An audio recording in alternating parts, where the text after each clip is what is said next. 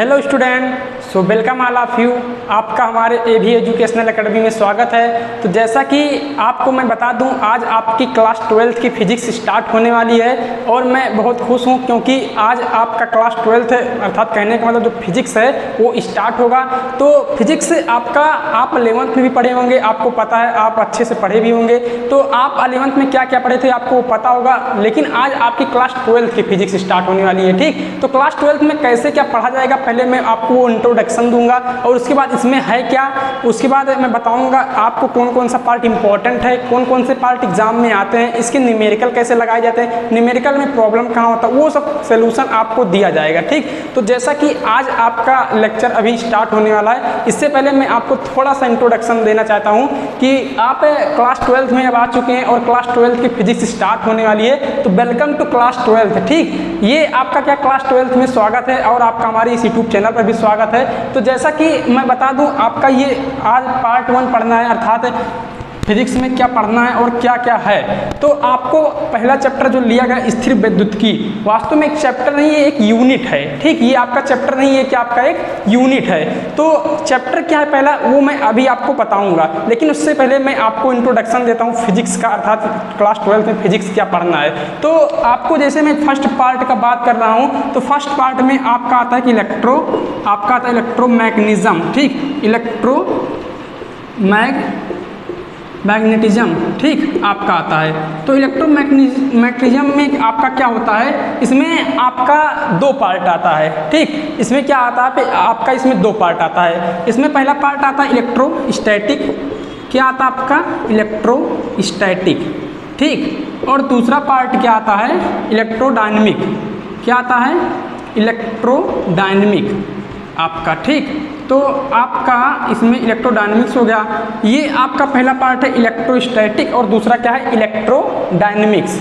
ठीक, तो जैसा कि मैं आपको बता दूं कि इलेक्ट्रोस्टैटिक क्या होता है, इसी को हमें पढ़ना, ये पहला यूनिट है। तो इसमें क्या होता है कि इसमें एट द रेस्ट आपका जो चार्ज होता है वो क्या होता है, एट द रेस्ट होता है। आप समझने का प्रयास कीजिए, जो चार्ज होता है वो एट द रेस्ट होता है। इसका क्या मतलब है, अर्थात चार्ज की कहाँ से बात आ गई, ये क्या होता है, तो मैं बता रहा हूँ अभी चार्ज क्या होता है। जो पहला चैप्टर है उसी पहले चैप्टर का पहला ही पार्ट आता है आपका चार्ज, और मैं उसको अच्छे से आज वही आपका चार्ज पर ही लेक्चर लिया गया है। ठीक, तो उसके बाद क्या होता है आपका इलेक्ट्रोडायनेमिक्स। तो ये आपका इलेक्ट्रोस्टैटिक के बाद सेकेंड यूनिट जो आता है इलेक्ट्रोडायनेमिक में होता है। तो इसमें क्या है आपका, इसमें चार्ज जो होता है वो एट स्पीड पर होता है। ठीक, आपका आवेश किस में होता है, अर्थात चार्ज एट स्पीड। ठीक, तो इसका मतलब क्या है, इसका मतलब समझिए, इसमें आपका पहला चैप्टर पढ़ने को मिलेगा, इसमें करंट इलेक्ट्रिसिटी अर्थात धारा विद्युत की। ठीक, आपका इसमें क्या है करंट इलेक्ट्रिसिटी, तो आपका करंट इलेक्ट्रिसिटी है। ठीक, इलेक्ट्रिसिटी। ठीक, और आप इसमें देखिएगा, उसके बाद दूसरा क्या आपका करंट इलेक्ट्रिसिटी के बाद आपका आता है क्या, इसमें चुंबकत्व आता है, अर्थात इसको हम बोलते हैं मैग्नेटिज्म। ठीक, उसके बाद आपका आता है EMI का मतलब होता है इलेक्ट्रोमैग्नेटिक इंडक्शन। उसके बाद आपका आता है AC। ठीक, तो ये सब पार्ट किसमें पढ़ने में, इलेक्ट्रोडायनेमिक में पढ़ने हैं। ठीक, आपको समझ में आ रहा है ना, ये सब पार्ट किसमें पढ़ने में, इलेक्ट्रोडायनेमिक्स। और आपका ये चार्ज इसमें किसमें है, एट द स्पीड पर है। ठीक, तो अब मैं आपको बता दूं, तो आपको थोड़ा बहुत इंट्रोडक्शन दे दिया गया है कि आपको फर्स्ट पेपर में क्या पढ़ना है। तो इतनी बातें आपको फर्स्ट पेपर में कवर करनी है। ये तो था इलेक्ट्रोडायनेमिक्स के बारे में। अब आपका आया इलेक्ट्रोस्टैटिक में क्या क्या पढ़ना है। ठीक, तो इलेक्ट्रोस्टैटिक में फर्स्ट आपको पढ़ना है, फर्स्ट चैप्टर आपका है कूलाम का नियम तथा विद्युत क्षेत्र, अर्थात coulombs law and electric field. ठीक, तो उसमें क्या है, उसमें पहली चीज आपको चार्ज पढ़ना है, जैसा कि आज वाले लेक्चर में बताया जाएगा। उसके बाद आपको इसके बाद क्या पढ़ना है, चार्ज के बाद आपको कूलाम्स लॉ पढ़ना है। कूलाम्स लॉ के बाद आपको पढ़ना है क्या, पोटेंशियल पढ़ना है, और उसके पहले आपको द्विध्रुव आघूर्ण पढ़ना है। ठीक, और उसके बाद पोटेंशियल, उसके बाद द्विध्रुव आघूर्ण के बाद, और पोटेंशियल के बाद आपको कैपेसिटर पढ़ने को मिलेगा। तो ये सब बातें जो हैं हम इलेक्ट्रोस्टैटिक के अंदर कवर करेंगे। ठीक, तो इतनी आपकी थी इंट्रोडक्शन। अब हम स्टार्ट करते हैं फर्स्ट चैप्टर। अभी तक तो हमारा इंट्रोडक्शन ही चल रहा था। ठीक, तो हमें उम्मीद है यहाँ तक आपको समझ में आया होगा और आपका इंटरेस्ट जो है यहाँ तक बना होगा। तो आप फुल एनर्जी के साथ एकदम तैयार हो जाइए। आज हमको क्लास 12th की फिजिक्स स्टार्ट करनी है और कहीं से कोई भी प्रॉब्लम आपको होने वाली नहीं है, मैं ये आपको गारंटी के साथ कह रहा हूँ। ठीक, तो स्टार्ट करते हैं। ठीक, तो ध्यान दीजिए। तो जैसा कि अब आपको इलेक्ट्रोस्टैटिक में बताया गया पहला चैप्टर क्या है, इलेक्ट्रोस्टैटिक में आपका पहला चैप्टर है पहला चैप्टर आपका क्या है, कूलाम का नियम। ठीक, तो कूलाम का नियम, कूलाम का नियम और आपका क्या है, विद्युत क्षेत्र, वैद्युत क्षेत्र। ठीक, ये चीज़ें हैं। अब ध्यान दीजिए, अब आपको पहला पार्ट आया चार्ज, आवेश क्या होता है। इसमें पहला ही टॉपिक क्या है, आवेश। इसमें थोड़ा सा इंट्रोडक्शन है और थोड़ी सी आपकी, जैसे हम इसके पीछे इसका क्या हिस्ट्री है, इसका क्या इतिहास है, ये सब है, लेकिन मैं चार्ज के बारे में आपको बताता हूँ। ठीक, इसकी प्रॉपर्टियाँ हैं, तो प्रॉपर्टी के हिसाब से मैं इसको आपको बता रहा हूँ। तो जैसा कि चार्ज के बारे में यदि मैं बताऊँ आपको, तो चार्ज की पहली प्रॉपर्टी क्या होता है, या एक पदार्थ का गुण होता है, या क्या होता है, एक पदार्थ का गुण होता है। मैं आपको अभी डिटेल करके बता रहा हूँ, या एक पदार्थ का गुण होता है। ठीक, अब देखिए इसको, यह एक पदार्थ का गुण होता है।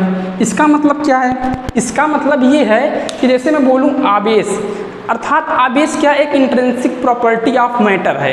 कहने का मतलब अगर मैं इसको इंग्लिश में समझूँ तो चार्ज क्या है, इंट्रिंसिक प्रॉपर्टी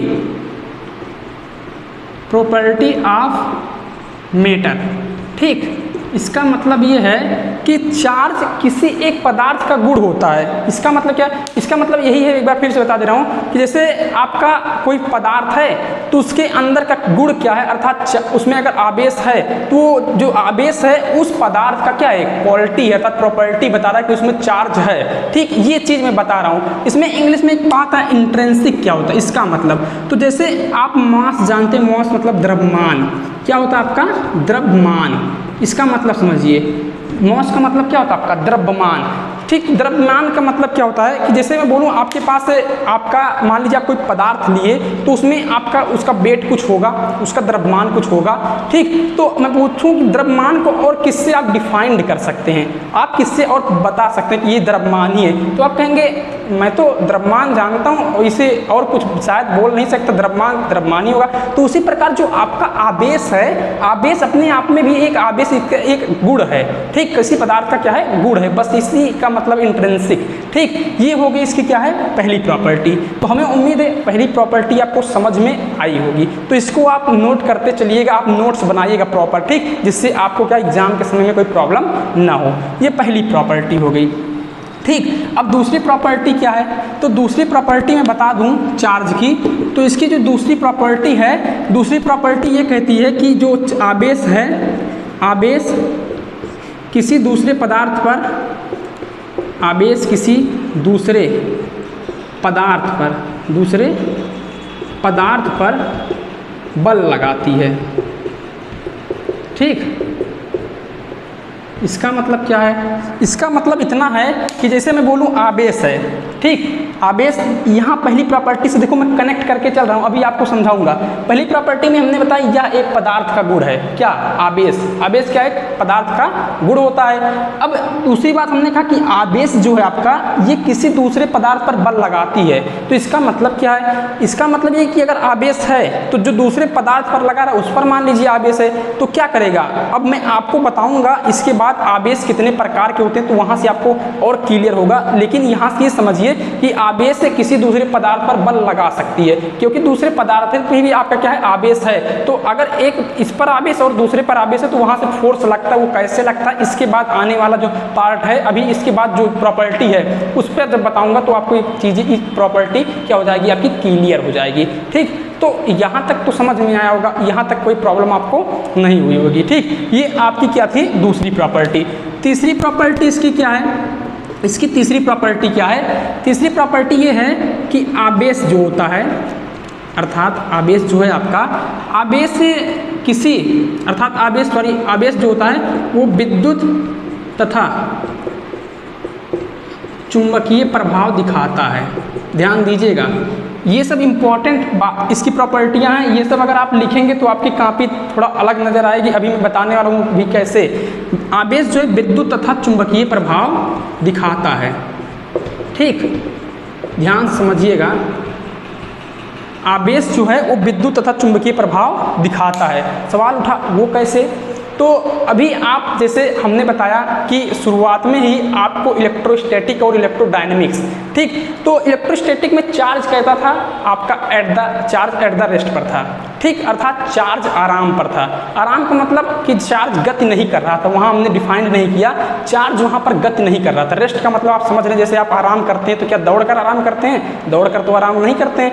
आप कैसे आराम करते हैं? आप आराम से कहीं पर गए, लेट गए, सो गए या बैठे हैं, वो आपका आराम हो रहा है। ये थोड़ी ना कि हम दौड़ते दौड़ते आराम कर रहे हैं कि हम आराम कर रहे हैं, ऐसा नहीं होता। ठीक, तो उसका मतलब चार्ज, ये आराम है तो चार्ज एट द रेस्ट पर है, तो इसका मतलब क्या है कि आपका चार्ज स्थिर बना हुआ है, कहीं पर गति नहीं कर रहा है। ठीक, ये हो गया। लेकिन जो आपने इलेक्ट्रोडायनेमिक्स में बताया उसका मतलब क्या था? उसका मतलब ये था इलेक्ट्रोडायनेमिक्स में आपने बताया कि चार्ज एट द स्पीड पर होता है। ठीक, इसका मतलब चार्ज गतिमान होता है। तो जब चार्ज गतिमान होगा तो वहाँ से क्या उत्पन्न करेगा? आपका चुंबकीय प्रभाव उत्पन्न करेगा। ठीक, और मैं बता दूं, जब आपका चैप्टर का नाम ही है कूलाम का नियम और विद्युत क्षेत्र, ठीक, तो इसमें विद्युत क्षेत्र, ये जो विद्युत का पार्ट आया है, वैसे तो चार्ज जो एट द स्पीड पर भी आपका मतलब विद्युत उत्पन्न करेगा, और आपका विद्युतीय क्षेत्र जो है स्थिर पर भी आपका मतलब अगर चार्ज स्थिर होगा तब भी क्या होगा? आपका ये विद्युत का प्रभाव दिखाएगा, क्योंकि विद्युत क्षेत्र आपका आया है ना, इसलिए। ठीक, तो आपका ये इम्पॉर्टेंट प्रॉपर्टी है, इसको ध्यान दीजिएगा, ये आप इम्पॉर्टेंट की दृष्टि से समझिएगा। ठीक, ये आपके 3 गुण हो गए। अब चौथा इसका गुण क्या है? तो चौथा गुण ये है कि आवेश जो होता है एक अदिश राशि है। आवेश कैसा है? आवेश एक अदिश राशि है। आवेश एक अदिश राशि है। ठीक, आवेश क्या है? एक अदिश राशि है। अदिश राशि आप पढ़े होंगे 11th में, अदिश राशि और सदिश राशियाँ। ठीक, तो सदिश राशियाँ क्या होती हैं और अदिश राशियाँ क्या होती हैं, मुझे ज़्यादा बताने की ज़रूरत नहीं, आपको पता भी होगा, लेकिन वैसे मैं डिफाइंड कर दे रहा हूँ। ठीक, जिनको नहीं पता वो ध्यान दीजिएगा। तो अदिश राशियाँ जो होती हैं, जिनको चलने के लिए अर्थात जिनको प्रदर्शित करने के लिए परिमाण की ज़रूरत होती है, दिशा की ज़रूरत नहीं होती है, उनको हम अदिश राशियाँ कहते हैं। क्या कहते हैं एक बार फिर से? जिनको प्रदर्शित करने के लिए परिमाण की ज़रूरत होती है, दिशा की ज़रूरत नहीं होती है, उन्हें हम क्या कहते हैं? अदिश राशियाँ। और जिनको प्रदर्शित करने के लिए परिमाण तथा दिशा दोनों की जरूरत होती है, उसे हम सदिश राशियाँ कहते हैं। ये तो थोड़ा इंट्रोडक्शन, इसकी परिभाषा था, लेकिन आप जब चैप्टर पढ़ेंगे अदिश राशियाँ और सदिश राशियाँ, तो आपको पता चल रहा होगा कि वो चैप्टर में क्या था, कैसे, कितनी नॉलेज, मतलब उसमें कितना नॉलेज हमको मिला। ठीक, तो अगर आप अच्छे से पढ़े होंगे तभी उसके मतलब आप अंदर से अगर पढ़े होंगे गहराई से, तो आप उसको समझ पाएंगे। वैसे तो आप ऊपर से परिभाषा से तो इतना ही 2 लाइन बता सकते हैं, तो 9th में भी था, लेकिन ये आप 11th और 12th की बात करें, जहाँ से आपका एक इंजीनियरिंग लाइन पेपर जैसे जेईई मेन और नीट के, अगर आप डॉक्टरी की तैयारी करें तो नीट और उसके बाद जेईई मेन की पेपर देना होता है, तो उसमें ये सब चीज़ें नहीं पूछता है, उसमें आपका बहुत लॉजिकदार क्वेश्चन पूछता है। ठीक, तो इतने पढ़ने से काम नहीं चलेगा, लेकिन अभी हम बोर्ड का पढ़ रहे हैं तो इतना तो पढ़ना ही पड़ेगा। बेसिक जब तक पता नहीं होगा तब तक हम आगे कुछ कर भी नहीं सकते, ये भी तो है ना। तो देखिए, तो आवेश एक क्या है? अदिश राशि है। ठीक, तो आपका यहाँ तक क्लियर हुआ, ये चौथी प्रॉपर्टी हो गई।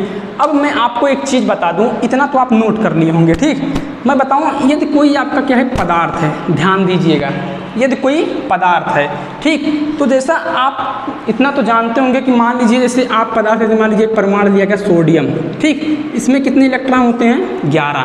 ठीक, 11 Na23 होता है। मैं बोलूँ आप क्या Na+ के बारे में जानते हैं?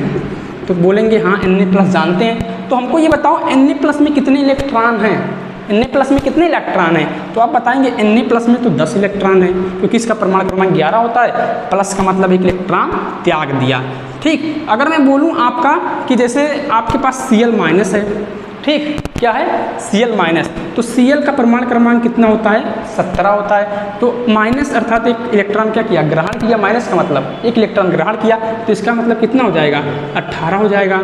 ठीक, तो बताना यहाँ इलेक्ट्रॉन त्याग किया, तो जब इलेक्ट्रॉन त्याग किया तो क्या इसके ऊपर आवेश नहीं आएगा, अर्थात ये चार्ज नहीं हुआ? चार्ज होगा ना, क्योंकि 1 इलेक्ट्रॉन को त्याग किया। जब आपका क्या होता है, कोई परमाणु होता है तो वो उदासीन में होता है, जितने उसके पास इलेक्ट्रॉन होते हैं उतने उसके पास प्रोटॉन भी होते हैं। ठीक, जितने उसके पास इलेक्ट्रॉन होते हैं उसके उतने पास प्रोटॉन भी होते हैं, अर्थात इलेक्ट्रॉन वो एक उदासीन में होता है, क्योंकि प्लस माइनस आपका कैंसिल हो जाता है। वो अभी आगे बहुत अच्छे तरीके से बताया जाएगा, ये तो अभी बताया जा रहा है वैसे कि अगर कोई मान लीजिए आपके पास पदार्थ है तो जितने उसके पास इलेक्ट्रॉन होते हैं उसके उतने पास प्रोटॉन होते हैं, इसीलिए क्या होता है? वो उदासीन होता है। तो मैं बोलूँ अगर 1 इलेक्ट्रॉन ये त्याग दिया तो इसके पास 1 इलेक्ट्रॉन, जो पहले जितना इलेक्ट्रॉन था जितना प्रोटॉन था वो बैलेंस था, लेकिन जब 1 इलेक्ट्रॉन त्याग दिया तब क्या हुआ? तब ये हुआ कि इलेक्ट्रॉन त्यागने के बाद इसके पास मान लीजिए 10 इलेक्ट्रॉन बचे।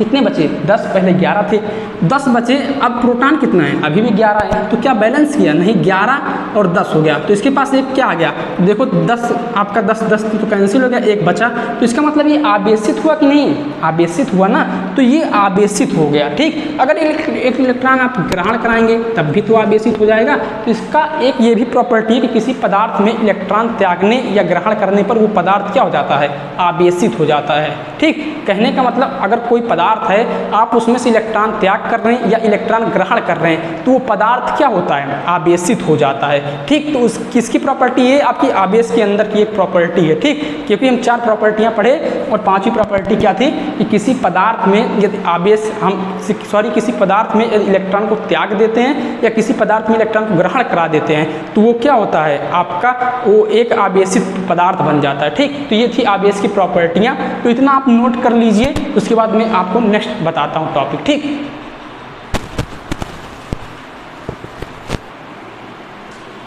तो देखिए, ठीक, इसके बाद मैंने इसकी 5 प्रॉपर्टियां बता दी। अब इसके बाद इसकी 6वीं प्रॉपर्टी क्या है, तो 6वीं प्रॉपर्टी क्या है इसकी, मैं आपको बताऊं कि इसकी जो 6वीं प्रॉपर्टी है वो इतना इम्पोर्टेंट है कि मतलब अगर आप ये कभी भी कहीं भी टेस्ट दे रहे हैं, आपको आवेश के बारे में लिखने के लिए आ गया, तो यदि आप लिख ले गए ये प्रॉपर्टी, तो इतना समझिए कि आपकी कॉपी जो है वो सबसे अलग दिखने वाली है। तो कौन सी प्रॉपर्टी है हम उसको समझते हैं। ठीक, तो आपकी जो प्रॉपर्टी है 6वीं, वो कहती है कि द्रव्यमान के बिना, ठीक ध्यान समझिएगा, द्रव्यमान के बिना आवेश संभव नहीं है।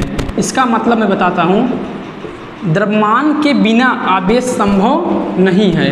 तो ये थोड़ा सा आपका जो प्रॉपर्टी है थोड़ा सा घुमावदार है, आपको ये हमें लगता है अगर समझ में नहीं आया है तो इसको इस प्रकार से भी बोल सकते हैं। पहले जो लिखा गया मैं इसका मतलब समझा देता हूँ। इसका मतलब क्या है कि द्रव्यमान के बिना आवेश संभव नहीं है। इसका मतलब कि यदि किसी के पास आवेश है, ठीक, किसी के पास आवेश है तो द्रव्यमान के बिना आवेश संभव नहीं है। इसका मतलब कि अगर आवेश है किसी के पास, मान लीजिए ये आपका पदार्थ है, इसके पास यदि आवेश है तो इसके पास 100% क्या होगा, मास होगा, द्रव्यमान होगा, तभी क्या होगा, ये पदार्थ का क्या होगा, गुण होगा, अर्थात अस्थायित्व होगा। नहीं तो आपका क्या होगा, पदार्थ का तो अस्थायित्व होगा, लेकिन यदि चार्ज हुआ तो इस पर क्या होगा, द्रव्यमान होगा। इसको अगर मैं सरल भाषा में समझूं तो इसका मतलब ये है कि आवेश द्रव्यमान से संबद्ध होता है, आवेश द्रव्यमान से संबद्ध होता है। ठीक, जैसा कि आप पढ़ते हैं संबद्ध, ठीक, होता है। इसका मतलब क्या है, अब ये समझिए। इसका मतलब अगर मैं इसको इंग्लिश में बोलूं, देखो हिंदी में तो लिखा गया आवेश द्रव्यमान से संबद्ध होता है। ठीक, इसका मतलब ये है कि चार्ज होता है, चार्ज ऑलवेज, यहाँ हमेशा लिखिएगा क्योंकि आपका ऑलवेज होगा ये। ठीक, आपका क्या होगा, ये ऑलवेज, यहाँ चार्ज ऑलवेज, देखिए इसको इंग्लिश में क्या बोलेंगे, चार्ज ऑलवेज, ठीक, comes with mass, comes with mass. इसका मतलब इसकी जो इंग्लिश है ये बहुत अच्छी है, हमें ये इंग्लिश जो है इसकी बहुत अच्छी लगती है, क्योंकि हिंदी थोड़ा मतलब आपको घुमा देगा, आप कंफ्यूज भी हो सकते हैं। ठीक, देखो क्या लिखा गया, charge always comes with mass, मतलब जो आपका आवेश है वो हमेशा द्रव्यमान के साथ आता है। इसका मतलब कि जब किसी भी पदार्थ पर चार्ज होगा तो 100% उस पर क्या होगा, द्रव्यमान होगा। ये समझने का प्रयास कीजिएगा, बहुत इंपॉर्टेंट है। ठीक, जब किसी पदार्थ पर आवेश होगा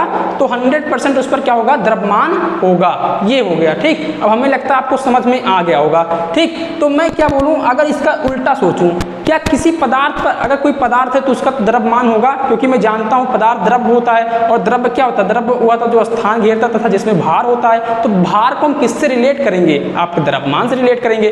तो अगर किसी पदार्थ आप लेंगे, अगर उसका द्रव्यमान है, जैसे मान लीजिए आप ही हैं, तो आपका तो द्रव्यमान कुछ है, क्योंकि आप जानते हैं कि आप 40 किलो, 45 किलो, आप 60 किलो कुछ भी होंगे। तो आप अगर आपके पास द्रव्यमान है तो क्या चार्ज होगा, क्या चार्ज है आपके ऊपर? तो आप बोलेंगे चार्ज तो नहीं है, क्योंकि हम आवेशित थोड़ी ना हैं, तो हम आवेशित नहीं हैं। तो इसका मतलब ये जरूरी नहीं है कि अगर किसी भी पदार्थ पर द्रव्यमान हो तो वो चार्ज होगा, ये जरूरी नहीं है। जरूरी ये है कि किसी पदार्थ पर यदि चार्ज है तो उस पर 100% क्या होगा, उसका द्रव्यमान होगा, जरूरी ये है। ठीक, तो हमें उम्मीद है ये वाला जो है, ये प्रॉपर्टी आपको समझ में अच्छे से आई होगी। और ये प्रॉपर्टी ये इंपॉर्टेंट से समझिएगा, इसके पहले जो प्रॉपर्टी बताई गई थी उसमें भी इंपॉर्टेंट प्रॉपर्टियां थी, तो ये आप सबको समझना। यहाँ जो चल रहा है ये आपका, ये जो बताया जा रहा है ये सब आप इतना समझिए कि अगर ये सब आप कॉपी में लिख दिए तो आपका नंबर कटने वाला नहीं है। ठीक, तो ये आपका इतना हो गया। अब उसके बाद इसका आपका क्या है, सातवीं प्रॉपर्टी। तो सातवीं प्रॉपर्टी ये कहती है, आप सातवीं प्रॉपर्टी वैसे भी बना सकते हैं कि आवेश का मात्रक क्या होता है। ठीक, आवेश का मात्रक, तो इसका जो मात्रक होता है कूलाम होता है। क्या होता है? कूलाम। ठीक, इसका मात्रक क्या होता है? कूलाम। तो ये कूलाम क्या है? एसआई मात्रक है। ठीक, क्या है? एसआई मात्रक। अब देखिए ये आपका ये क्या हो गया, ये इसकी सातवीं प्रॉपर्टी। अब एक लास्ट प्रॉपर्टी इसकी बचती है, तो वो समझिएगा, वो बहुत इंपॉर्टेंट है। ठीक, वो भी क्या है, इंपॉर्टेंट है। अब यहाँ से जो चल रहा है आप समझ लीजिए, आप आगे सीरियल वाइज से बढ़ते जा रहे हैं, क्योंकि इसमें सब इंपॉर्टेंट बातें चल रही हैं। तो आपकी लास्ट प्रॉपर्टी क्या कहती है? लास्ट प्रॉपर्टी ये कहती है कि जो आवेश होता है, जो आवेश होता है वो दो प्रकार का होता है, एक पॉजिटिव होता है और एक निगेटिव होता है। ठीक, आवेश कितने प्रकार का होता है? आवेश आपका दो प्रकार का होता है, एक पॉजिटिव और एक निगेटिव। तो आपके दिमाग में आएगा कैसे पता चला कि आवेश दो प्रकार का होता है? तो मैं बता दूं, आप एनसीईआरटी यदि पढ़ेंगे तो उसमें लिखा गया है विद्युतदर्शी एक पार्ट। ठीक, अगर आपको पता करना है कि कैसे पता करेंगे आवेश कितने प्रकार का होता है, विद्युतदर्शी, इसको बोलते हैं इलेक्ट्रोस्कोप। क्या बोलते हैं? इलेक्ट्रोस्कोप। ठीक, तो इलेक्ट्रोस्कोप क्या होता है? इसका मतलब, इलेक्ट्रोस्कोप का मतलब क्या होता है कि आपका ये एक ऐसा यंत्र है, ये क्या आपका एक यंत्र है जिससे हम किसी बॉडी पर पता करते हैं कि इसका चार्ज, मतलब चार्ज कितने प्रकार का है, पॉजिटिव है या निगेटिव है, मतलब किसी बॉडी पर कुल मिलाकर पता करते हैं कि चार्ज है या नहीं है। ठीक, तो आप जान गए कि आवेश दो प्रकार का होता है, एक पॉजिटिव होता है, एक निगेटिव। तो विद्युतदर्शी कैसे बना होता है पहले ये समझिए। अब यहाँ से आपकी कुछ इंटरेस्टिंग बातें चलने वाली हैं। ठीक, यहाँ से एकदम कान खोलकर अच्छे से सुनिएगा और आप इंटरेस्ट लेकर पढ़ाई कीजिए। ठीक, तो देखो मैं इतना मिटा दे रहा हूँ, ठीक, लेकिन पहले आप इसको रिवाइज कर लीजिए कि द्रव्यमान के बिना आवेश संभव नहीं है, ये समझिएगा। और इसको अगर ये समझ में नहीं आया तो आप ये भी ब्रैकेट में लिख सकते हैं कि आवेश हमेशा द्रव्यमान से संबद्ध होता है। इसका मतलब charge always comes with mass, अर्थात चार्ज जो होता है वो मास के साथ हमेशा आता है। ठीक, ये चार्ज हमेशा मास के साथ ही होता है। ठीक, और आवेश का मात्रक क्या होता है? कूलाम, एसआई मात्रक है इसका। और आवेश कितने प्रकार का होता है? तो आवेश दो प्रकार का होता है, एक पॉजिटिव एक निगेटिव। ठीक, अब इसको हम कैसे पता करते हैं? विद्युतदर्शी। तो विद्युतदर्शी कैसे होता है पहले ये समझिए। तो आपके एक वैज्ञानिक थे बेंजामिन फ्रैंकलिन, उन्होंने बताया, आप एनसीईआरटी यदि पढ़ेंगे तो एनसीईआरटी का 3rd पेज पर लिखा गया सबसे ऊपर कि बेंजामिन फ्रैंकलिन एक साइंटिस्ट थे, उन्होंने इलेक्ट्रोस्कोप अर्थात विद्युतदर्शी के बारे में पता किया। ठीक, तो आप देखिए कैसे होता है। तो आपका ऐसे थोड़ा बोतल के टाइप में फिगर तो उतना अच्छा नहीं होगा, लेकिन कहने का मतलब आप क्योंकि फिगर उसमें बना भी नहीं, लेकिन आप समझने का प्रयास कीजिएगा। जैसा कि यहाँ पर कॉर्क लगा होता है, क्या होता है? कॉर्क। ठीक, और मैं बताऊँ इसमें एक प्लेट ऐसे पत्ती सी ऐसे लगी होती है, ऐसे इसको दर्शाया जाता है। ठीक, मैं बोलूँ ये पॉजिटिव, ये पॉजिटिव, ये पॉजिटिव। ठीक, और ये निगेटिव, ये निगेटिव, ये निगेटिव, मान लीजिए पॉजिटिव ही लिया गया। ठीक, यहाँ पर क्या है? पॉजिटिव। तो उन्होंने बताया कि चार्ज, देखो पहली चीज़ तो चार्ज को कैसे हम पता करते हैं? विद्युतदर्शी की सहायता से। आपका चार्ज कितने प्रकार का होता है? दो प्रकार का, पॉजिटिव और निगेटिव। तो जो पॉजिटिव चार्ज होता है, ये पॉजिटिव चार्ज यहाँ पर, तो ये दोनों को क्या करते हैं? रिपल करते हैं। क्या करते हैं? रिपल करने का मतलब ये जो पत्तियाँ होती हैं आपस में फैलती हैं। ठीक, यहाँ पर पत्ती लगी रहती है, आपस में क्या होती है? फैलती हैं। तो मैं क्या लिखूँगा इसकी प्रॉपर्टी के अंतर्गत कि जो समान आवेश, ठीक, समान आवेश होने पर, देखो यहाँ पर लिखेंगे समान आवेश होने पर, समान आवेश में क्या होता है? समान आवेश में प्रतिकर्षण होता है। ठीक, प्रतिकर्षण अर्थात रिपल करते हैं। ध्यान समझिएगा, समान आवेश में क्या होता है? आपका प्रतिकर्षण होता है। ठीक, तो इसका मतलब अगर मैं मान लूँ यहाँ पर निगेटिव ले लूँ, ठीक, निगेटिव, तो निगेटिव निगेटिव ये लूँगा तो यहाँ पर क्या होगा, अभी मैं बता रहा हूँ कैसे पॉजिटिव और निगेटिव डिसाइड किया गया, पहले इसको समझिए। समान आवेश में क्या होता है, प्रतिकर्षण होता है, ठीक। और मैं बताऊँ यदि आपका विपरीत, मान लीजिए अगर माइनस माइनस लिया गया तो माइनस माइनस क्या है, ये भी आपका समान आवेश हुआ, तब क्या होगा, ये भी प्रतिकर्षण करेगा। मैं बोलूँ एक पर प्लस ले लो और एक पर माइनस ले लो, यहाँ पर मैंने प्लस लिया, ठीक, तो ये प्लस प्लस हो गया, ये माइनस माइनस हो गया, तो प्लस माइनस क्या करेंगे, एक दूसरे को आकर्षित करेंगे, ठीक। समान का मतलब यहाँ क्या होता है आपका, आप यहाँ सजातीय भी समझ सकते हैं, अर्थात इसको हिंदी में कहते हैं सजातीय, लेकिन समान ये आपका स्पष्ट है, समान आवेश में प्रतिकर्षण होता है, ठीक। और यहाँ पर क्या लिखेंगे, विपरीत आवेश, क्या लिखेंगे, विपरीत आवेश में क्या होता है, आकर्षण, ठीक। ये समझते चलिए, विपरीत आवेश में क्या होता है आपका, आकर्षण होता है। ये सब बेसिक बातें चल रही हैं, लेकिन बेसिक है लेकिन बहुत इंपॉर्टेंट है, ठीक। विपरीत आवेश में क्या होता है, आकर्षण होता है। यहाँ तक आपको समझ में आया होगा। अब देखिए, अब मैं आपको बताने वाला हूँ कैसे पॉजिटिव और नेगेटिव चार्ज का निर्धारण हुआ। तो पहले आप इतना समझिए कि समान आवेश में प्रतिकर्षण होता है, विपरीत आवेश में आकर्षण होता है, ठीक। तो अब उसके बाद देखिए आपका क्या होगा, ये हो गया आपका। अब उसके बाद देखो, तो देखो यहाँ से उसके बाद क्या होगा, समान आवेश में प्रतिकर्षण और विपरीत आवेश में आकर्षण, ये हो गया। अब इसके बाद देखो, तो यहाँ से मैं आपको बताने वाला हूँ कि जैसे आपका आवेश कितने प्रकार का बताया गया, 2 प्रकार, ध्यान समझिए, थोड़ा इंटरेस्टिंग है। आपका ये पॉजिटिव आवेश होता है और एक क्या हो गया, निगेटिव आवेश, ठीक। तो जो बेंजामिन फ्रैंकलिन थे, उन्होंने एक मतलब दिमाग लगा, क्योंकि साइंटिस्ट थे ही, तो उन्होंने क्या किया, उन्होंने एक मान लीजिए ऐसा कोई पात्र बनाया या ऐसा कोई सिस्टम बनाया, मान लीजिए ऐसा कोई सिस्टम है, ठीक। इस पर पॉजिटिव चार्ज है, इस पर क्या है, पॉजिटिव चार्ज। मैंने कहा कि एक पॉजिटिव चार्ज, उन्होंने साइंटिस्ट ने, मैंने नहीं, साइंटिस्ट ने कहा था, बेंजामिन फ्रैंकलिन ने कहा कि जब पॉजिटिव चार्ज को मैं इस पदार्थ के पास ले जाता हूँ तो क्या करते हैं, रिपल करते हैं। ध्यान समझिएगा, क्या करते हैं, रिपल। जैसा कि मैंने बताया समान आवेश होंगे तो क्या करेंगे, प्रतिकर्षण करेंगे। तो समान आवेश यहाँ पर क्योंकि पॉजिटिव है और ये भी पॉजिटिव है, तो पॉजिटिव पॉजिटिव क्या किए, प्रतिकर्षण किए। और मैंने कहा कि निगेटिव चार्ज जब मैं ले जाऊँगा, ठीक, तो निगेटिव चार्ज जब मैं ले जाऊंगा तो निगेटिव और पॉजिटिव अर्थात विपरीत आवेश हो गए, तो क्या करेंगे, तो वो दोनों को क्या करेंगे, दोनों लोग आकर्षण करेंगे, आकर्षण का फोर्स लगाएंगे, अर्थात आकर्षित करेंगे। तो आकर्षित किए, तो उन्होंने दिमाग लगाया कि मैंने समान ले गया, मतलब अर्थात उन्होंने क्या किया, समान आवेश लेकर गए, फिर उसके बाद विपरीत आवेश लेकर गए, तो वो सब प्रोसेस हुआ।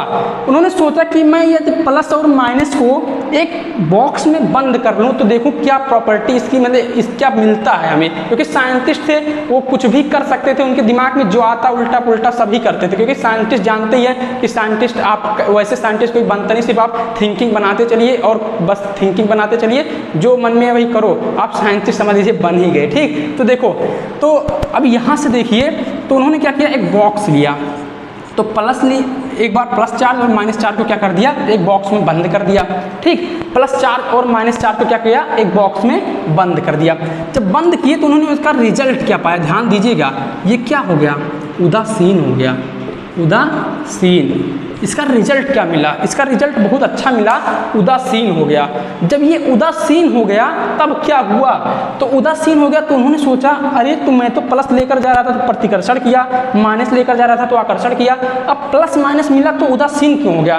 तो आप हमको ये बताइए, जैसे मैं बोलूँ केमिस्ट्री की भाषा में, आप मान लीजिए एक परमाणु लिए और दूसरा परमाणु लिए, जब दोनों को ऐड करते हैं तो अर्थात जोड़ते हैं तो एक परमाणु बनता है, एक नया परमाणु बनता है, अर्थात उत्पाद में बनता है, ठीक। लेकिन ऐसी कौन सी शाखा है, अर्थात ऐसा कौन सा, आप इसमें आप जितने भी पढ़ रहे हैं फिजिक्स केमिस्ट्री मैथ, ऐसी कौन सी लॉजिक के कौन सा आप सब्जेक्ट में ऐसा पढ़ते हैं कि जब प्लस और माइनस को लेते हैं तो वो आपका कट कर उदासीन बन जाता है। तो आप जानते हैं किसमें, गणित में ऐसा होता है कि प्लस माइनस ऑलरेडी कट कर कितना बन जाता है, उदासीन, अर्थात जीरो बन जाता है। तो जीरो का मतलब यहाँ पर पदार्थ क्या बन गया, उदासीन बन गया।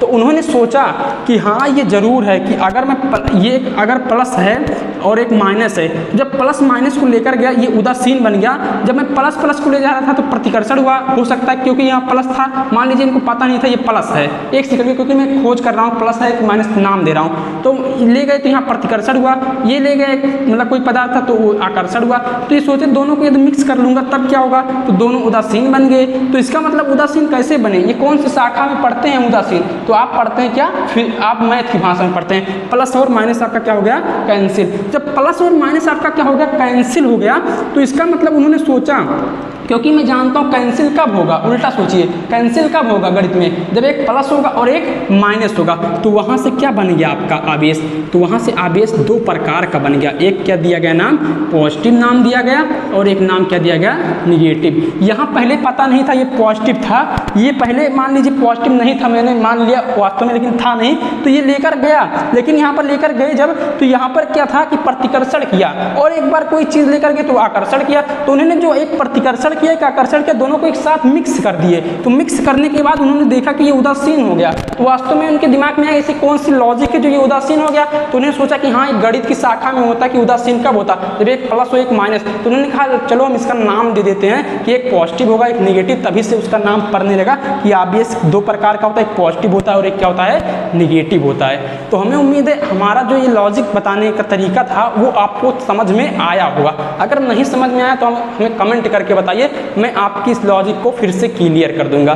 ठीक, तो ये थी इनकी सारी इनकी प्रॉपर्टियां थी, तो इतनी बातें मैंने आपको बताई।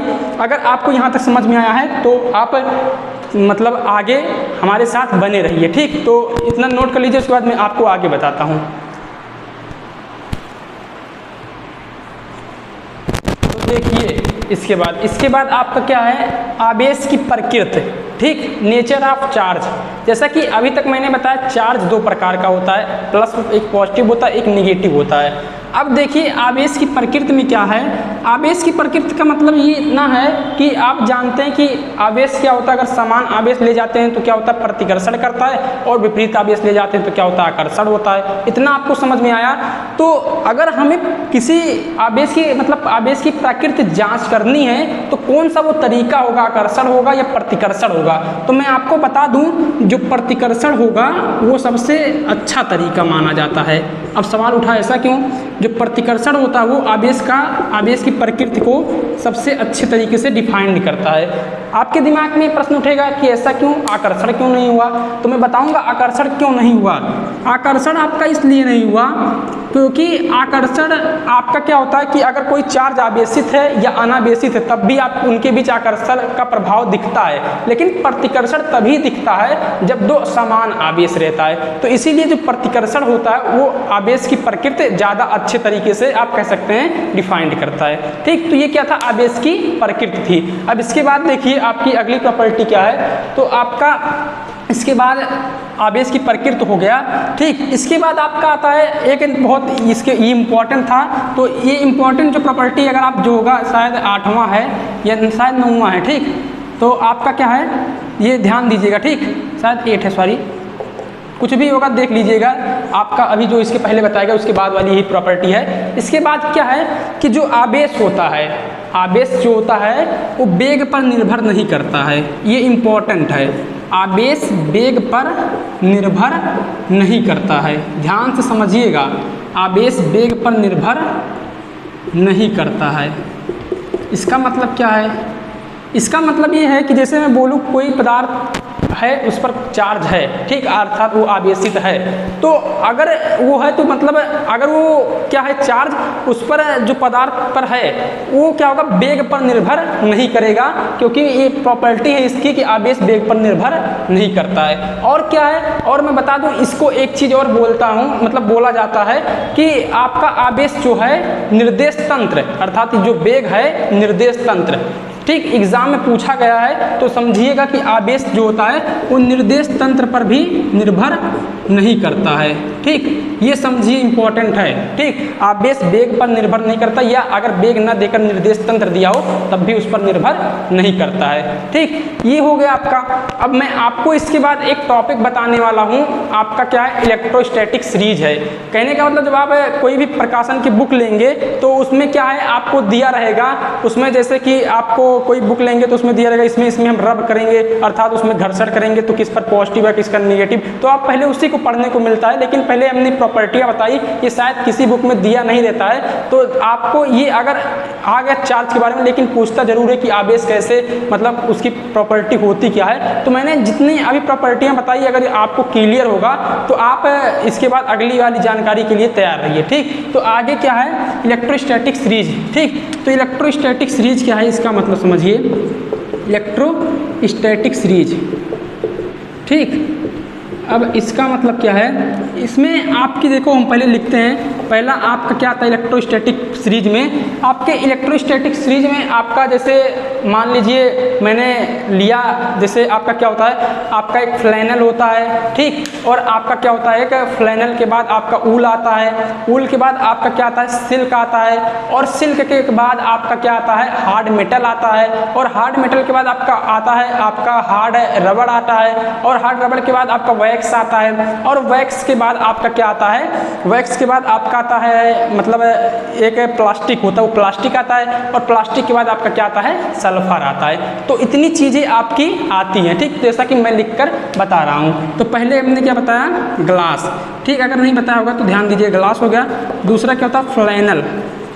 ठीक, और तीसरा क्या होता है आपका, तीसरा आपका ऊल होता है। ठीक, और चौथा क्या होता है आपका, सिल्क होता है, और आपका पांचवा क्या होता है, हार्ड मेटल, हार्ड मेटल। ठीक, और आपका छठवां क्या होता है, हार्ड रबड़। ठीक, ध्यान दीजिएगा, इसका मतलब अभी मैं समझा रहा हूँ। और सातवां क्या होता है, सातवां आपका वैक्स होता है, और आपका आठवां आपका क्या हो गया, आपका प्लास्टिक हो गया।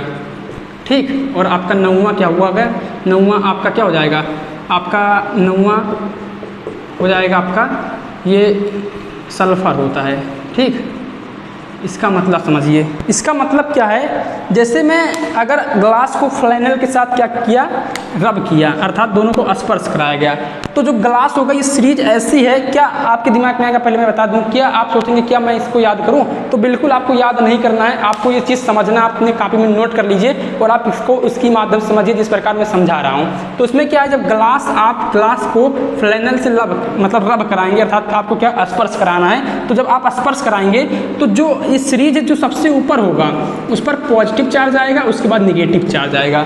ठीक, तो आपके दिमाग में क्या फ्लैनल पर हमेशा निगेटिव चार्ज आएगा, तो आप हमारा उत्तर क्या होगा आपका, हमारा कि इस पर बिल्कुल नहीं, हमेशा निगेटिव चार्ज नहीं होगा। तो आप सोचेंगे क्यों, क्योंकि मैंने ये बताया, पहले हमारा मतलब समझिए, जो सबसे ऊपर होगा, ऊपर वाले से अगर मैं नीचे में क्या करता हूँ, स्पर्श कराता हूँ, तो हमेशा ऊपर वाले पर क्या आएगा, पॉजिटिव आएगा, और नीचे वाले पर क्या आएगा, निगेटिव आएगा। मैं बोलूँ फ्लैनल को ऊल से कराऊंगा, तो फ्लैनल को ऊल से कराएंगे तो फ्लैनल पर क्या आएगा, पॉजिटिव आएगा, और ऊल पर क्या आएगा, निगेटिव आएगा। मैं बोलूँ ऊल को सिल्क से कराऊंगा तो ऊल पर क्या आएगा, पॉजिटिव आएगा, और सिल्क पर क्या आएगा, निगेटिव आएगा। मैं बोलूँ ग्लास को सल्फर से कराऊंगा तो ग्लास पर पॉजिटिव आएगा और सल्फर पर क्या आएगा, निगेटिव आएगा।